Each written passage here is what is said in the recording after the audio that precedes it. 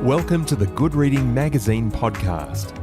Good Reading is a monthly magazine dedicated to books and reading and aims to help readers discover their next favourite book. You can find out more about the books discussed on today's podcast at goodreadingmagazine.com.au.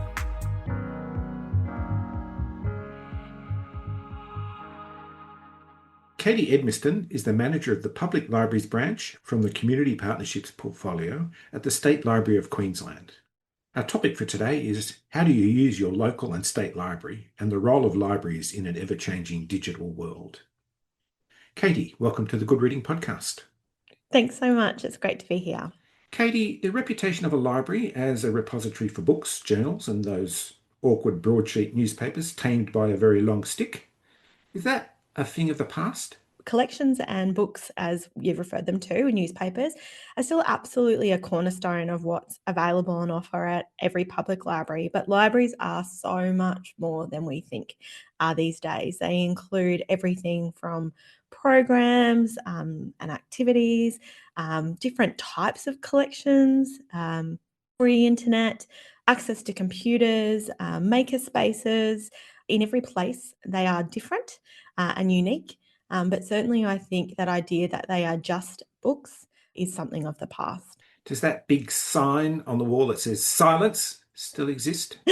Absolutely not. In fact, in a number of libraries, I think they are loud. They have, loud spaces. They have outdoor spaces. And also there's a lot of libraries that are taking their work outside of the four walls of a traditional space and going to parks, to hold programs, swimming pools even, visiting people in hospital, things like that. So the idea of it being a place that's about silencing people is absolutely not true. And in fact, quite the opposite. I think libraries have a real role in supporting voices and stories of all kinds, and that includes those that are loud. Might I still find a quiet space for myself? Absolutely. And in fact, a number of the libraries that we support or work with have got meeting spaces, reading rooms, various opportunities for people to listen to things as well. So listen to podcasts or e-resources on headphones.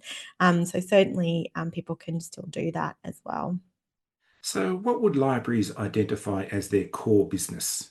I really like to think of libraries as community hubs, community and cultural hubs.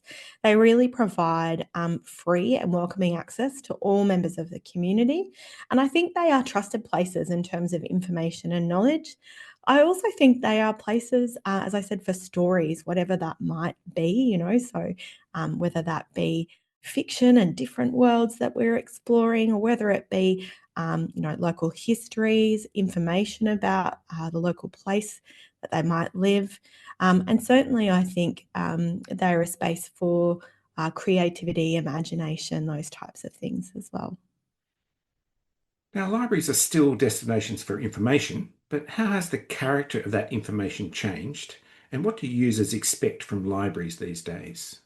There are certainly a range of sources of information available to people at their libraries, and that is increasing. So one of the things that we support at the State Library for all public libraries and their members to have access to is Ancestry in terms of the app. So people can find out about their own family history through their library service.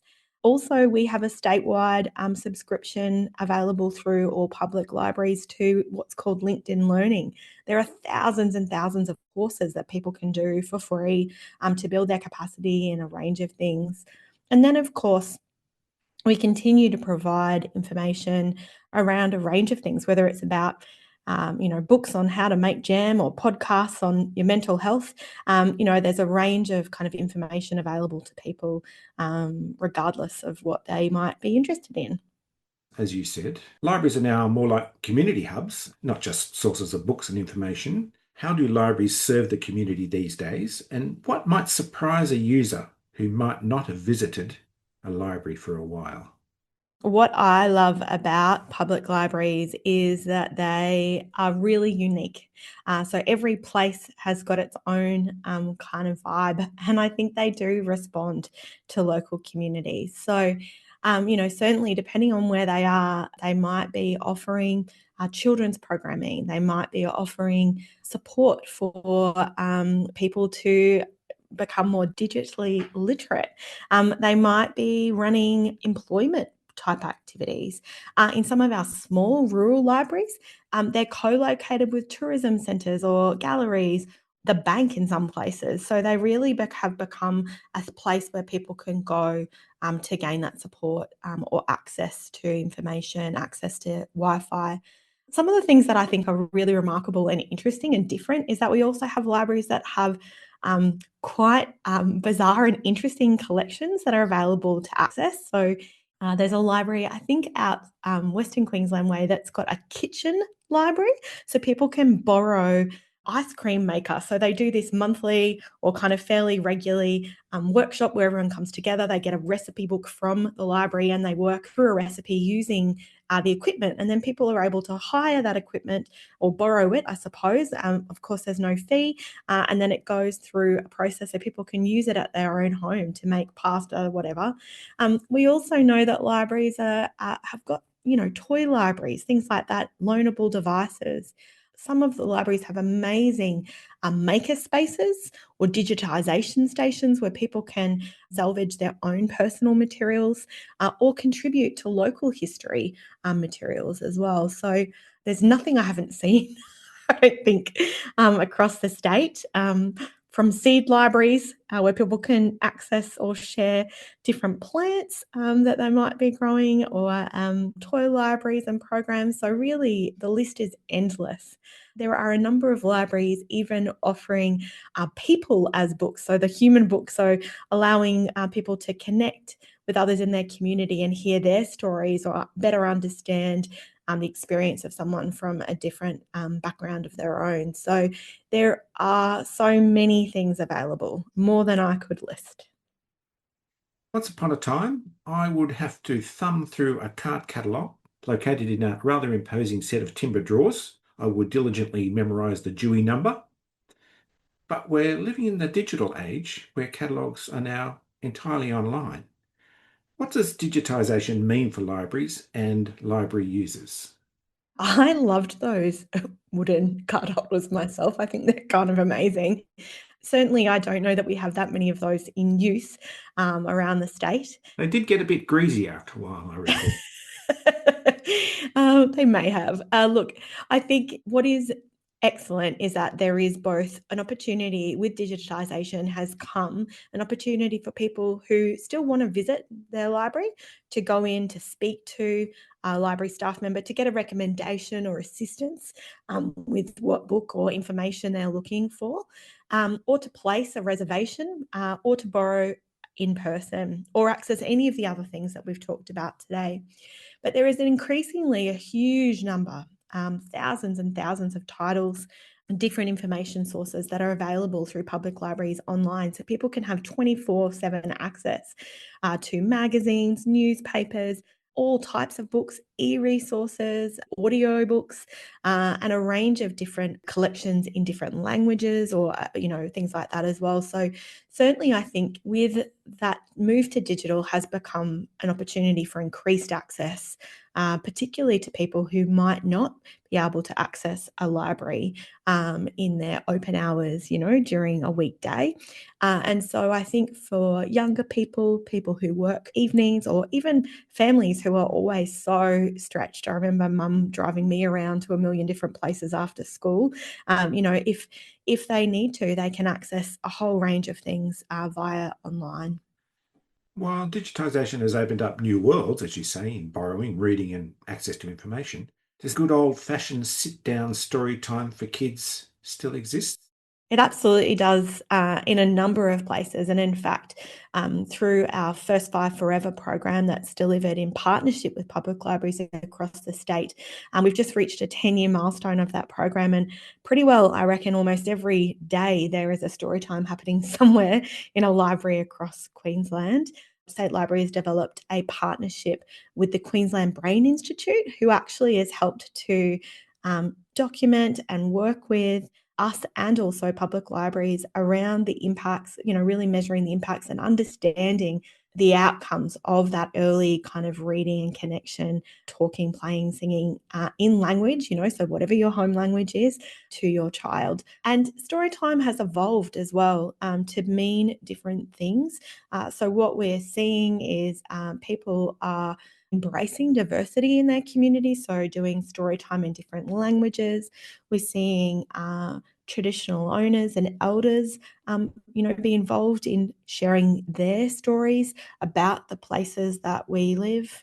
We're seeing stories delivered in more physical ways. As I said before, outside, we've seen amazing examples of how the program is being delivered in parks, in playgrounds, in swimming pools, as I mentioned. So really finding that idea of how to encourage families to read, sing, and play and talk with their children every day in different ways.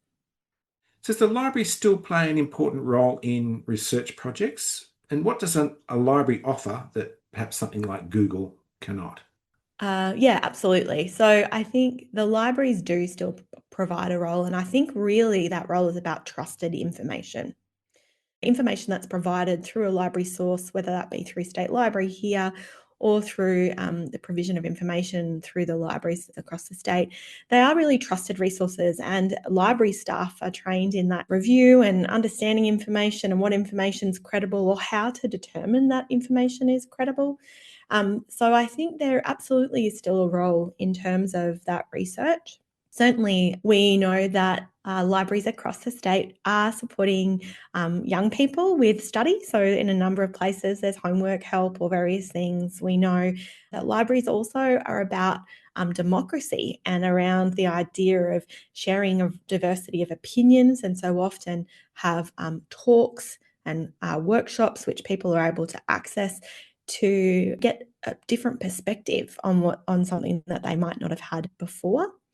And I do think libraries still play a critical role in that pathway to information. I think particularly for communities who don't have access, not everyone has access to the internet at home or even a computer at home. And certainly I think the provision of those free devices, free Wi-Fi, quality information, both resources in person and online, and that support of a trained library staff person in helping to decipher information or understand what's credible is still an absolute point of difference in terms of accessing things online.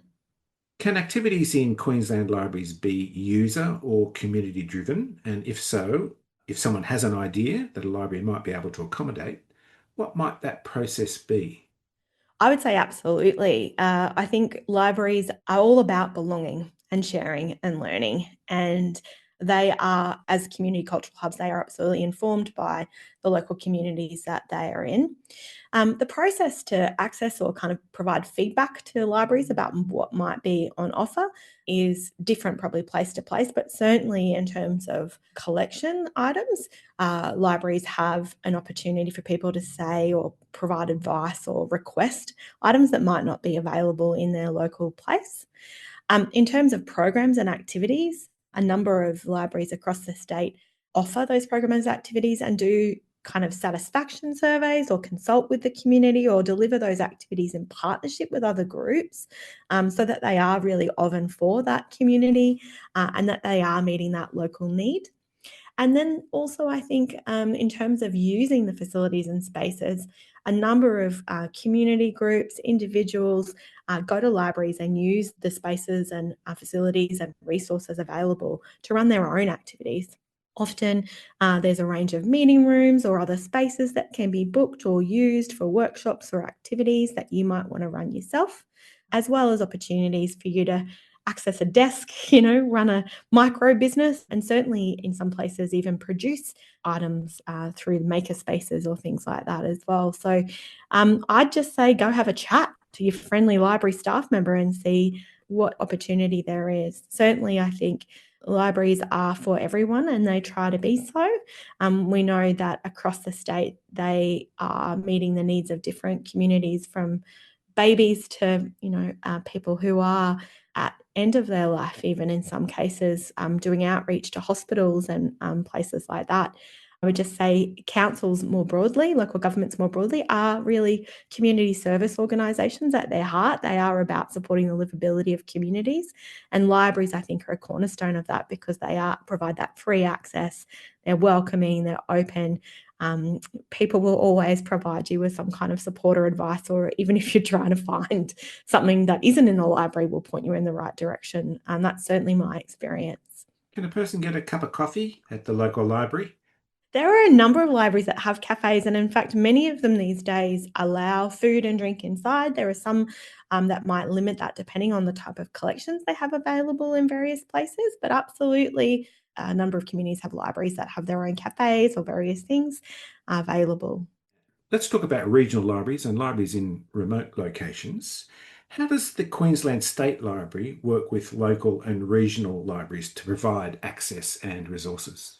We do it in a few ways. So we're really fortunate to have, there's currently about 325 public libraries and Indigenous knowledge centres across Queensland, more branches than McDonald's, which is a great stat. I love it.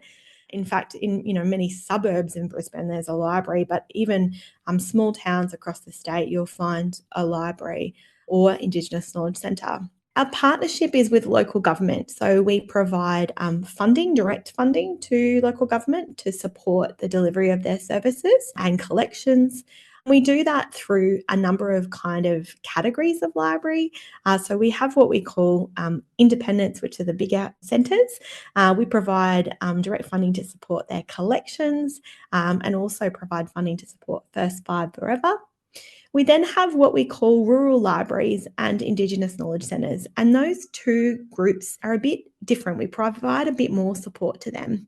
We actually support the management of a collection that's shared and distributed and kind of circulated across all of those remote and rural communities. And we also provide some support through the provision of a wage subsidy. So we provide funding to support the councils with employment of staff in those places to assist in the delivery of their library services and programs.